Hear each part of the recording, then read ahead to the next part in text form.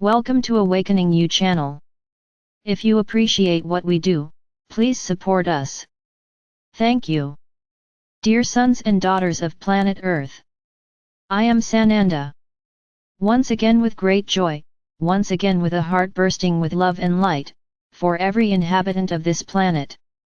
My sons and daughters, open your minds, focus on the journey of your souls.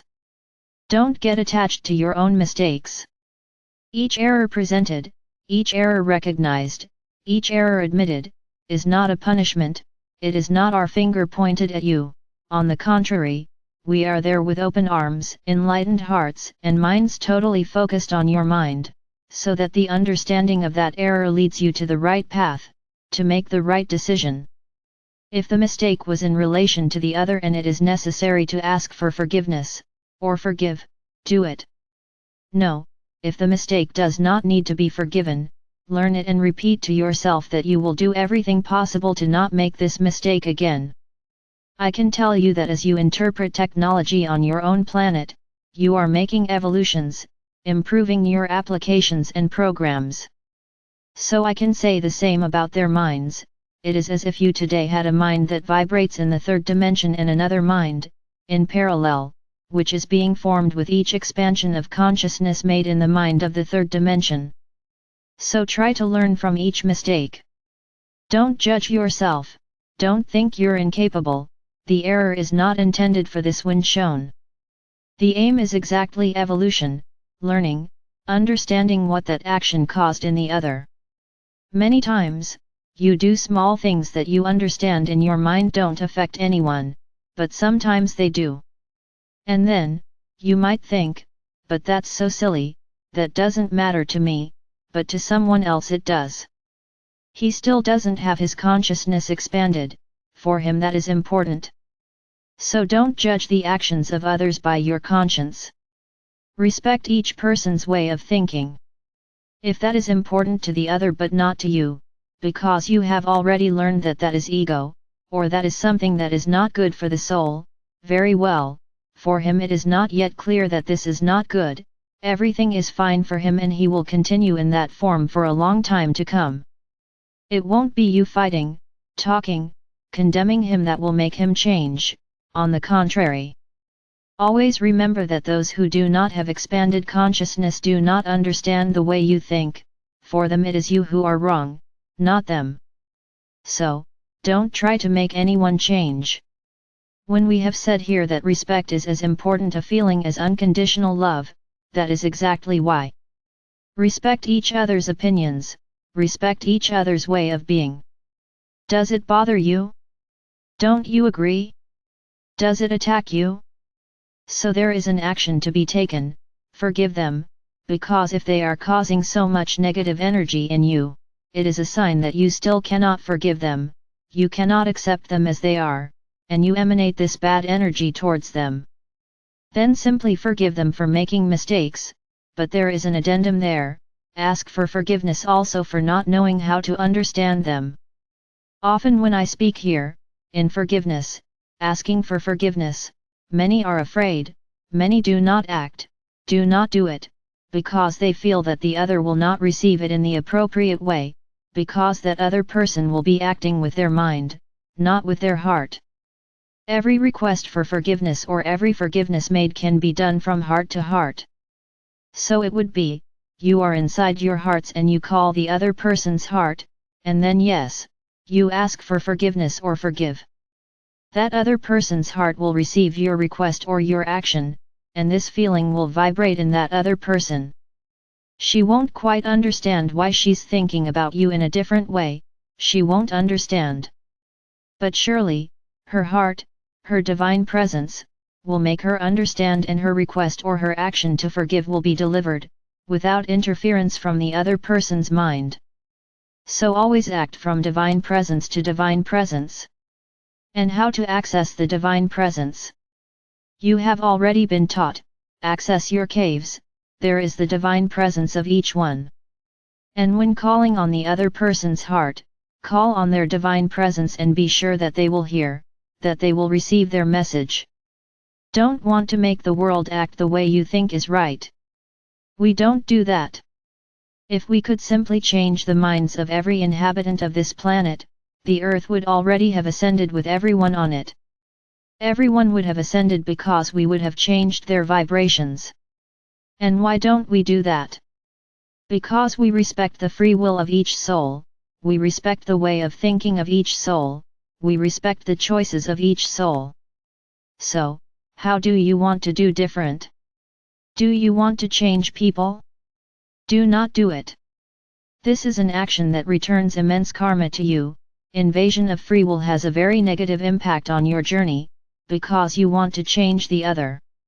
So accept the other as he is, no matter if he is right or wrong, in your view. We don't judge anyone. How do you want to judge right and wrong? Each soul has a journey and a learning process, and if they act this way, it is because they believe that this is right. Ah, but you know she is wrong very well. The time will come for her to realize this or not. Perhaps she will need a few more incarnations to learn this. It will not be you who will teach it. Understand this. Every soul incarnated on this planet now is at the appropriate level for its evolution. Each soul is perceiving and feeling, each one is perceiving and feeling things that they have never felt and are not knowing very well how to deal with them. Many are exploding, in the broadest sense of the word. They are taking actions that have never been taken before, but that have always been within their souls, that is, they are showing themselves to be true, leaving falsehood aside and are surprising a lot of people. Others are realizing their own mistakes and are taking different paths that they understand to be better. So understand that change is happening, no matter how much it may not seem like it to you. Look at people, many are changing, some for the better, others for the worse. They are just becoming receptive to what they are receiving. Some are enjoying it and improving, others are not enjoying it at all and are getting worse, and this will be what will define each one's journey to the fifth dimension. Either they will or they won't. Simple. There's not much difficulty in understanding, there's not much to do. The vibrations and feelings are what will determine who will go and who will not. There is nothing to do different from that. So let each soul make its choice. Respect the other's opinion, respect the other's way of being. Ah, but you don't agree. So then we have a very serious problem, because you are forgetting to respect others, you are trying to impose your ideas and your will, and this is also not right. Even children. You often want to impose things that don't make any sense to them. You want them to think like you. As adults, they're not ready for that yet. So try to be adults with mentalities identical to those of your children, so that you can demand from them what their minds are ready to receive. Don't demand more, because then you will be causing serious problems for these children. Children, as the name suggests, are children, not small adults. Accept listening to what your children have to say. They have a voice, but many of you think everything they say is nonsense. And within this nonsense, many things may be hidden that you should know. You just need to pay attention. Respect your children, because they are children. Many come with much superior soul baggage, the souls that are here, even the evolved ones, because they will be the ones who will take over the next world, at the right time. So don't try to impose old, broken, and meaningless rules on your children. They know that doesn't work and they won't accept it. Conversation is the best way. Argument is the best way, not violence, not imposition for the sake of imposition. I'm going to do it because I want to. This doesn't work for them. You have to explain why you want her to do it, what is the objective of it, what does she gain from it. So if you have an argument, she will understand and do it. Usually those who don't know how to argue are the dictators. You have to do it because I want you to do it, and they end up creating violent and highly unpleasant children for the world, because they become irritating children. Why? Because you force them to do what they don't want to do, or at least to do what they don't understand, why they have to do it. 90% of children being born are extremely evolved souls, with immense unconditional love. Pull for this unconditional love, know how to talk to them. I repeat, talk. Not commanding, shouting and attacking, is talking, and by talking you will have many surprises. And I say more, they will have a lot to teach each of you. Now, you need to open your hearts and listen to what they have to say. Don't just see them as children who only talk nonsense. Why 90%? Because 10% are not generated by the light, they are born with a path, the non-light.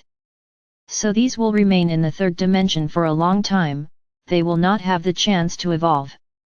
Concluding this message of mine, respect each other, whether an adult or a child. Never try to impose your ideas. Ideas are to be expressed, appreciated, demonstrated, never imposed. Each soul has already made its choice. Everyone is ready to learn or does not want to learn, there is no way for you to change that. Accept each soul as it really is. If this causes you suffering, ask for our help and we will alleviate your suffering. But we can't do anything about that soul, because we respect its free will. The key word is unconditional love. And a good way to get there, respect, understanding, acceptance. You are expanding your consciousness. So, these are the first steps that you need to take, every second.